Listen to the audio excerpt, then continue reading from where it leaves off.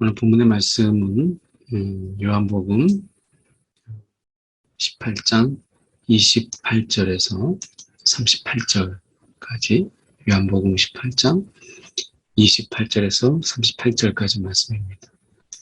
오늘 말씀에서 보면 예수님께서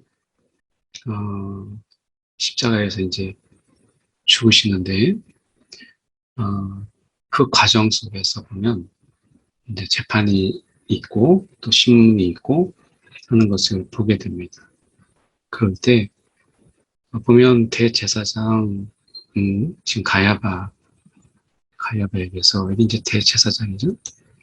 대제사장 가야바에게서 관정으로 이제 로마의 총독인 이 빌라도에게 이제 가죠. 관정이라고 하는 것은 이제 빌라도가 있는 바로 그것을 말하는 것이죠. 그래서 관정으로 끌고 갔다.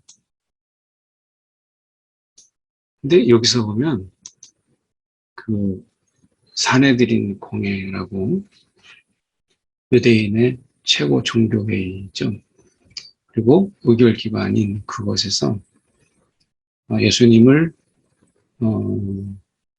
신성 모독이라고 하는 것으로 죽게 할 수 있어요. 그러니까 사내들인 공의에서 저기 말하고 있는 것처럼 그러니까 우리에게는 사람을 죽이는 권한은 없다 이렇게 얘기하잖아요. 그러니까 이게 정말 그렇거든요. 그러니까 그들에게는 사람을 죽이는 권한은 없어요. 그런데 한 가지는 허용이 됐어요. 그것이 뭐냐면 신성모독. 이거는 이제 정치, 사회법이 아니라 종교법으로 그들에게 종교를 인정해줬기 때문에 그래서 어떻게 보면 자신의 종교법으로 죽이면 되는 거예요. 그래서 신성모독이다 라고 하는 것으로 굴레를 만들어서 이 가야바가 결정을 하면 되는데 그렇게 하지 않고 그는 이 예수님을 정치범으로 이 빌라도의 손을 통해서 죽게 하려고 하는 거죠. 여기서 보면 신성모독이라고 말하지 않고 이 사람에 대해서 그들이 이야기할 때 이 사람이 행악자라 이렇게 말하죠.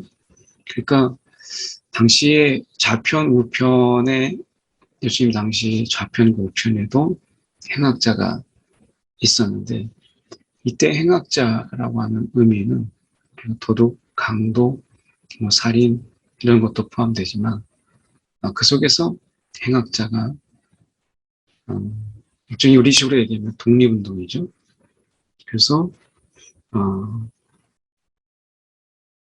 그들이 이제 반로마 정책으로 반로마로 로마와 로마에 대해서 저항하고 이제 반항하는 그래서 유대인의 그 독립 이것을 하는 그러니까 유대인의 독립을 위해서 싸우는 이런 자들도 행악자라고 했어요. 그러니까 이 행악자의 범위는 굉장히 넓죠. 그래서 대부분의 경우 그렇지만 우리가 이 십자가에 이 못을 박았다라고 하는 것은 그가 신성모독 그러니까 종교적인 법으로 그들의 손으로 가야바의 손에 의해서 안나스나 가야바의 손에 의해서 죽이지 않고 이제 빌라도의 손에 의해서 로마인의 이방인의 손에 의해서 십자가에 죽게 하는 결정적인 이유가 있어요. 그것은 우리가 이 당시의 율법으로 보면 나무에 달린 자마다 저주받은 자다. 나무에 달린 자마다 저주받은 자다. 이것은 우리가 신명기 21장에 나와 있는 말씀인데 나무에 달린 자마다 저주받은 자다라고 하는 것이죠. 십자가는 이제 나무로 된 것이니까 그래서 나무에 달려 죽은 자라고 하는 이런 부분 속에서 이 가야바는 당시의 종교 지도자들은 예수를 이제 저주받은 자로. 그래서 이 정치범이면서 로마에게 있어서는 정치범으로, 그리고 가야바에게 있어서는 십자가에 있어서 저주받은 자로 죽게 하는 그런 전략이었던 거죠. 그러니까 우리에게는 죽이는 권한이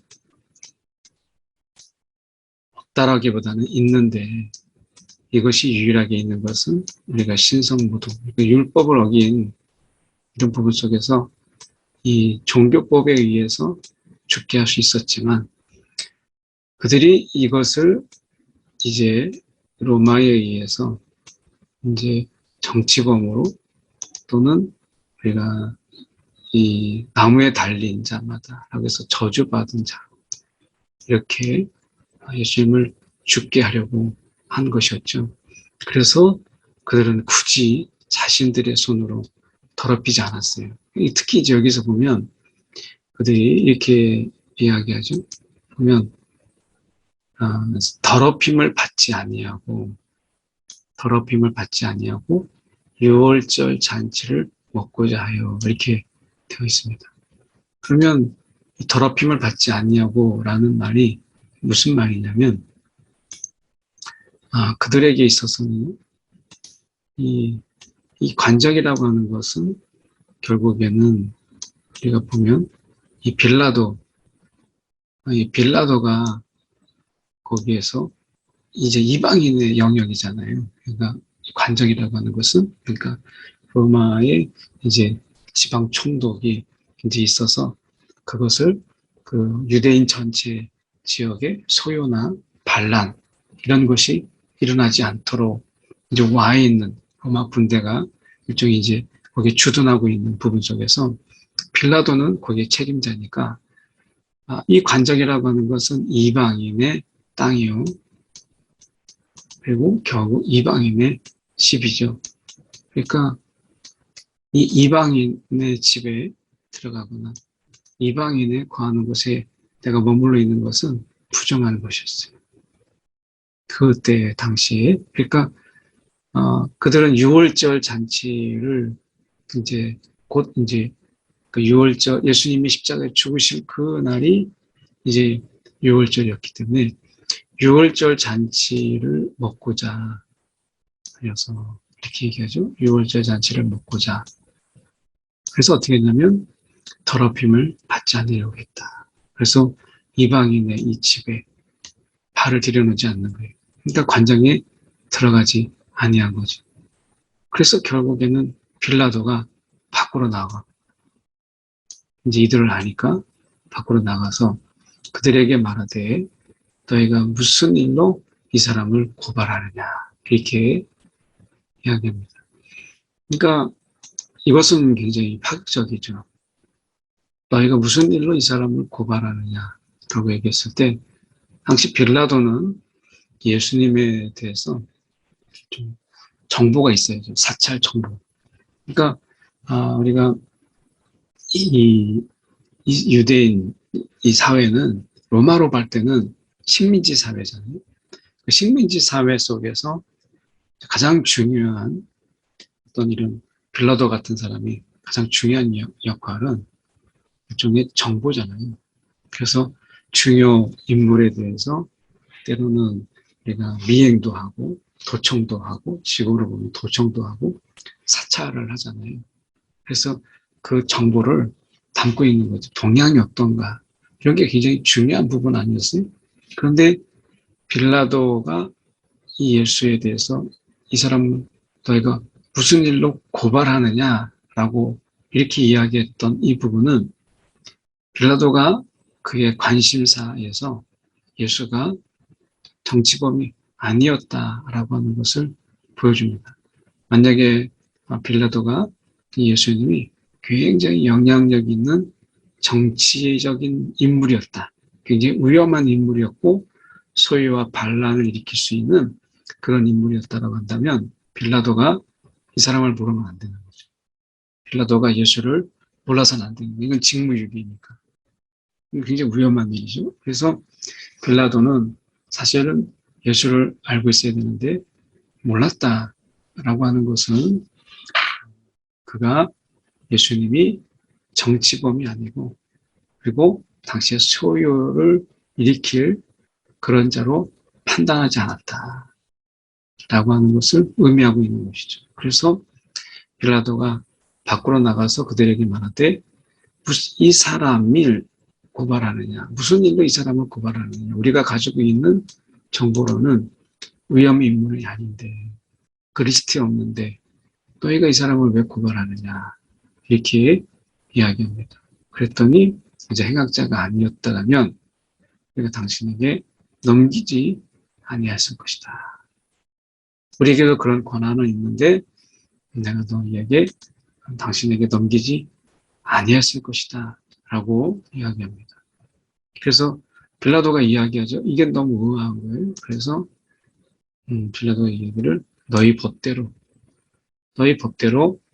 재판하라 이렇게 이야기하는 거죠. 그래서 이 부분은 지금 죽이는 권한, 이 부분에 관한 부분은 말씀드린 것처럼 완전히 맞지 않다.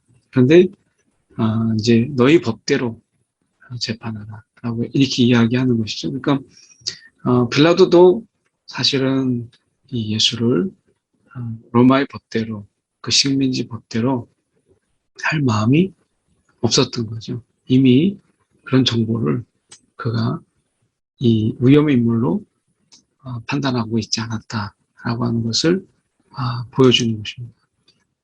그래서 여기서 보면 이는이라고 하는 이 부분이 우리 가운데 있는데 이 부분은 예수께서 자기가 어떠한 죽음으로 죽을 것을 가리켜 어떠한 죽음으로 이 어떠한 죽음이라고 하는 것은 예수님이 십자가에 달려서 죽으실 것을 그리고 저주 이 저주는 내가 신명기에서 말씀하고 있는 것처럼 저주 그러니까 죄악과 그리고 그 죄악으로 인해서 저주받은 그런 자들이잖아요. 우리가 어떻게 보면 이 저주 아래 있는 그래서 우리가 아담 이래 죄를 짓고 그래서 이 저주라고 하는 것은 우리가 율법의 저주죠. 그래서 율법의 저주라고 하는 것은 율법을 지키지 아니하면 결국에는 죽음에 이르는 그래서 이 율법의 저주 이 율법의 저주를 그러니까 율법의 저주라고 하는 것이 우리가 한편으로 보면 이 모든 사람이 율법의 저주에서 우리가 자유로운 자가 없죠. 그래서 율법의 저주는 곧 죄의 저주. 그래서 우리가 죄를 행함으로 인해서 죄의 지배 아래 있게 되는 이 저주를 우리가 깨는 그러니까 죄를 지음으로 인해서 우리가 이제 죄를 지음으로 인해서 죄의 지배 아래 있게 되는 그러니까 죄를 지음으로 인해서 우리 가운데 주신 다스림의 권세를 빼앗기고 오히려 이 죄의 지배 아래 있게 되는 그래서 사망 우리 가운데 사망이 우리 가운데 있게 되는 그래서 죄의 삭성 사망이라고 말씀하는 이 저주 아래 우리가 거하고 있잖아요. 그러니까 이것은 이 저주를 가야바는 몰랐던 거죠.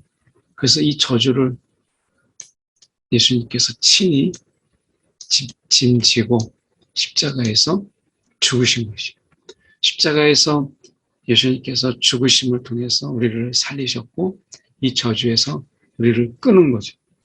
그래서 우리는 죄의 지배 아래 있지 아니하고 사도 바울이 이야기하고 있는 것처럼 우리는 은혜의 지배, 은혜 아래, 은혜로 다스려지고 사랑과 긍휼로 다스려지는 그 나라, 은혜의 지배는 결국에는 우리가 하나님의 나라에 속한 자로 살게 하는 것이죠.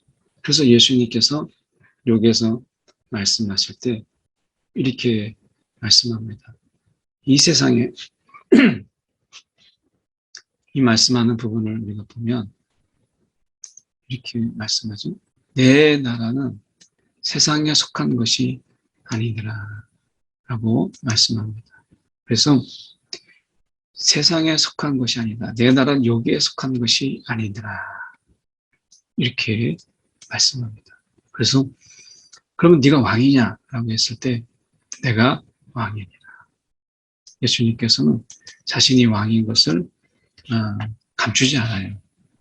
십자가는 이 왕의 등극식이었기 때문에 내가 왕이더라 라고 하는 것을 감추지 않습니다.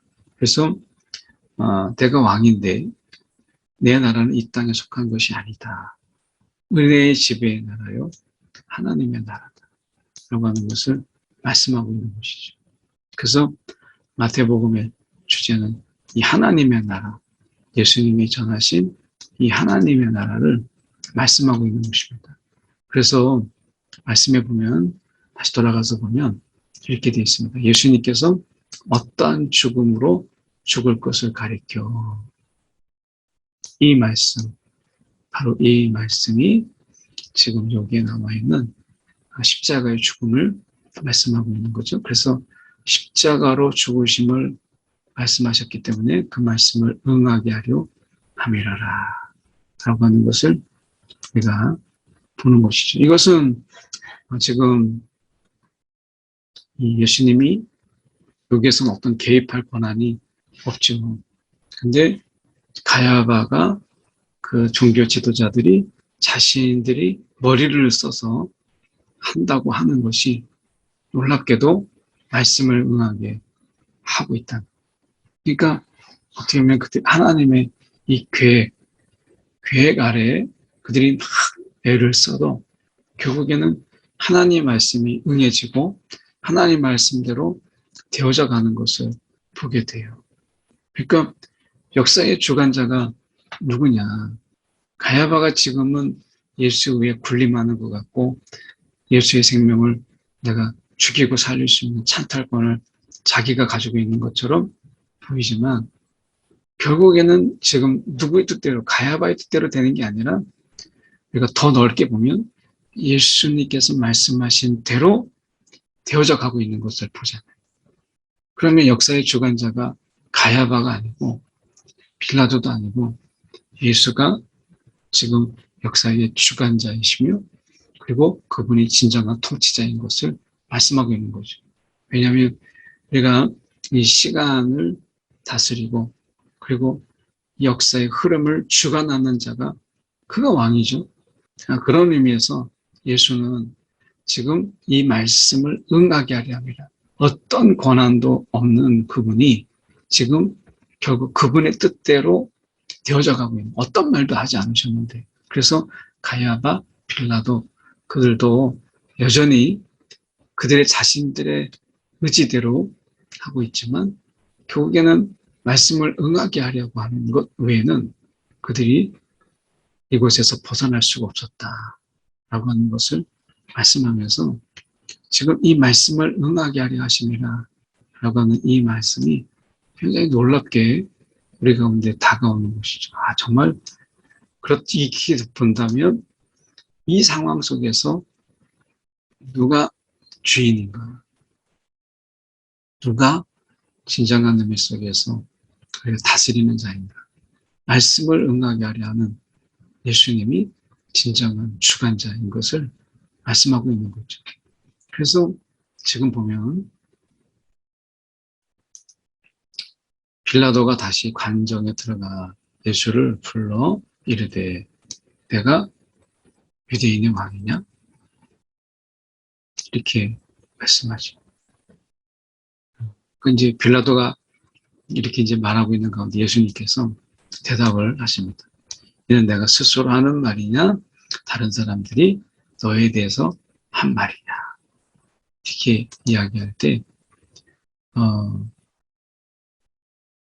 빌라도가 대답하되 내가 유대인이냐?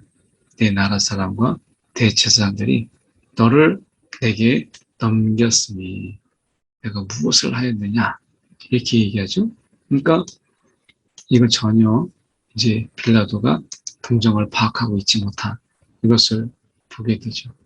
그래서 예수께서 대답하시되 이렇게 말씀하십니다. 내 나라는 이 땅에, 이 세상에 속한 것이 아니다. 만약에 속했다면 예수님의 논리대로 이야기하면 지금 내 종들이 싸워 나로 유대인에게 넘겨지지 않게 하였을 것이다. 이렇게 예수님께서 말씀하시죠. 그러니까 이것은 자기들끼리 다툼이 아니고 자기들끼리 싸움이 아니니까 이건 소유도 아니고 반란도 아니니까 빌라도에게 있어서는 굳이 그들 속에 개입할 이유가 없는 거예요. 그래서 보면 이렇게 말씀하죠. 네가 왕이냐라고 얘기했을 때 예수님께서 이를 위하여 세상에 왔나니 진리에 대해서 증언하려 합니다. 이렇게 되어 있잖아요. 진리. 이렇게 말하게 되니까 빌라도는 이제 골치 아픈 거죠. 진리. 아니 어떻게 보면 그가 식민지 지배하에 이제 왔는데 식민지 내에서 진리를 말하는 자가 있어요. 그러면 여러분이 그 지방 안에서는 절대 권력을 가진 그런 책임자라고 한다면 식민지 내에서 아무런 힘이 없는 어떤 사람이 진리에 대해서 증언하려고 왔다라고 한다면 여러분 어떻게 느끼시겠어요? 아무 힘도 없고 뒤에 군사적 배경도 없고 그렇다고 그들에게 어떻게 보면 그를 추종하는 수많은 어떤 세력이 있는 것도 아니고 이렇게 본다면 종교 지도자들에게 와서 사로잡힐 만한 힘이라면 그렇다면 빌라도가 볼 때 이건 이 사람은 그냥 어떻게 보면 철학가 그냥 철학가든지 뭐 아니면 단순한 미치광이든지 이런 정도의 자신의 영역에서는 그게 위협적이지 않은 인물 이렇게 판단하고 있지 않겠어요? 진리 이렇게 나오는 순간 이 사람은 위험 인물이 아니구나 이렇게 부자적이거나 아니면 폭동을 일으킬 만한 그런 주요 인물이 아니구나 이렇게 생각하지 않겠어요? 그래서 진리에 대해서 뭐 나라라든지 아니면 뭐 우리 식으로 얘기하면 뭐 우리가 그 자본주의 또는 민주주의, 공산주의, 막시즘 뭐 이런 다양한 이런 어떤 속에서 그가 이야기했다면 다르겠지만 진리에 대해서 증언하려 합니다. 이렇게 말씀하고 있잖아요. 그러니까 진리에 속한 자는 내 음성을 듣는다. 이렇게 말씀하셨어요. 진리에 속한 자는 다 내 음성을 듣느니라 라고 말씀하셨어요. 근데 이 말씀이 빌라도에게 있어서는 그게 위협적인 말씀이 아니었다라고 그냥 빌라도가 볼 때는 어떤 생각, 사고 이런 것 속에서 약간 추종자가 있는 이런 정도인데 세력은 아닌 추종자는 있지만 그러나 세력이라고 보기는 어려운 정치 세력이라고 보기 어려운 그런 것으로 판단했다는 것이죠. 그래서 우리가 보면 아무 죄도 찾지 못하였다. 아무 죄도 빌라도의 이야기 아무 죄도 내가 찾지 못하였노라 이렇게 이야기합니다. 이 순간에 우리가 좀 봐야 될 부분은 빌라도가 이런 이야기를 함으로 인해서 아무 죄도 찾지 못했다라는 말을 통해서 말씀의 응함이 위태로워지게 되었죠. 왜냐하면 예수님은 십자가에서 저주받아서 죽어야 되는데 그래야 그 죽음으로 저주가 풀리고 그리고 은혜의 지배 아래 거하게 하는데 문제가 무엇이냐면 지금 이 빌라도가 이 말을 듣고 그가 얘기하기를 나는 아무 죄도 찾지 못하였다. 여기서 말하는 죄라고 하는 것은 반란의 죄를 이야기하는 거죠. 아무 죄도 내가 찾지 못하였다. 그래서 싱겁게 어떻게 보면 예수의 이 말씀을 응하게 하려 함이라 라고 하는 것이 이제 무너질 것처럼 이게 이제 사실이 아닌 것처럼 이 말씀이 응하지 않게 되는 이런 위기 속에 있게 되지만 우리는 알다시피 이 말씀 속에서 거짓 증인들을 통해서 또 이 대제사장들이나 종교 지도자들이 사람을 사서 예수를 죽이라 라고 하는 이런 부분들이 우리가 있음을 알죠. 결국에는 위기 가운데 이것을 결국엔 응하게 하는 또 다른 그들의 이 종교 지도자들의 움직임, 이것이 이 위기에서 다시 말씀을 응하게 하려 하는 것을 보게 됩니다. 그러니까 우리는 결국 하나님의 그 말씀 안에 우리가 있음으로 인해서 그 말씀대로 응하게 하시는 하나님, 오늘 역사의 주관자이신 하나님, 그분이 우리를 인도하고 있다. 그래서 하나님의 나라로 은혜의 지배 아래 우리가 지금도 거하고 인도하고 있다라고 하는 것입니다. 세상의 권력자들이나 세상에 힘 있는 자들이 역사를 주관하고 그리고 그들의 나라로 만들고 있는 것처럼 보이지만 그러나 실제로는 우리가 역사의 주관자이신 말씀을 응하게 하시고 말씀대로 우리가 되어지게 하시는 모든 이는 그들이 아니고 주님이시다 라고 하는 것을 말씀하고 있는 거예요. 오늘이라는 이 하루를 주관하시는 이는 우리가 최고 권력자 또 세상에 많은 힘 있는 자가 아니라 결국에는 예수님의 뜻대로 이 세상이 움직이고 있다라고 하는 것을 우리가 기억하면서 오늘 이 하루도 주님의 다스림 안에 우리가 또한 있음을 기억하는 이 하루가 되길 원합니다.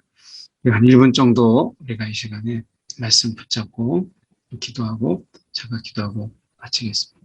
기도하시겠습니다. 사랑에 많으신 하나님 아버지 감사합니다.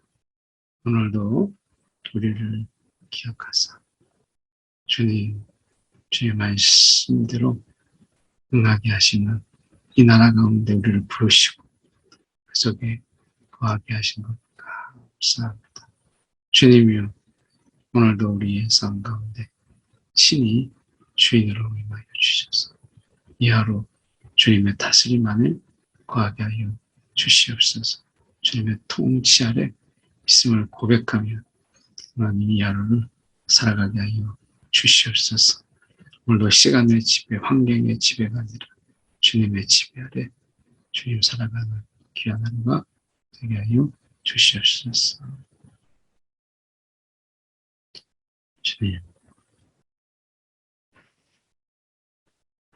사랑의 하나님, 오늘도 우리를 부르셔서 주님의 다스림 안에 거하고 주님의 은혜 아래 살게 하신 것 감사합니다. 주님의 긍휼과 또 자비, 또 주님의 그 인도하심 속에서 이 하루를 살아가는 자로 등이 불러주신 것 감사합니다. 오늘도 주님의 뜻이 무엇인지 오늘도 우리가 진리 안에 거하는 자, 주님의 음성을 듣는다 하셨사오니 오늘도 주님의 말씀에 귀를 기울이며 오늘도 이 하루를 주님의 뜻 가운데 살아가도록 인도하여 주시옵소서. 오늘도 주님의 음성을 우리가 귀를 기울이며 살아가게 하여 주시옵소서. 이 하루 주님의 지배 아래에 있음을 고백하며 우리가 능히 살아가는 귀한 하루 되게 하여 주옵소서. 살아계신 예수의 들은 받들어 기도드립나이다. 아멘.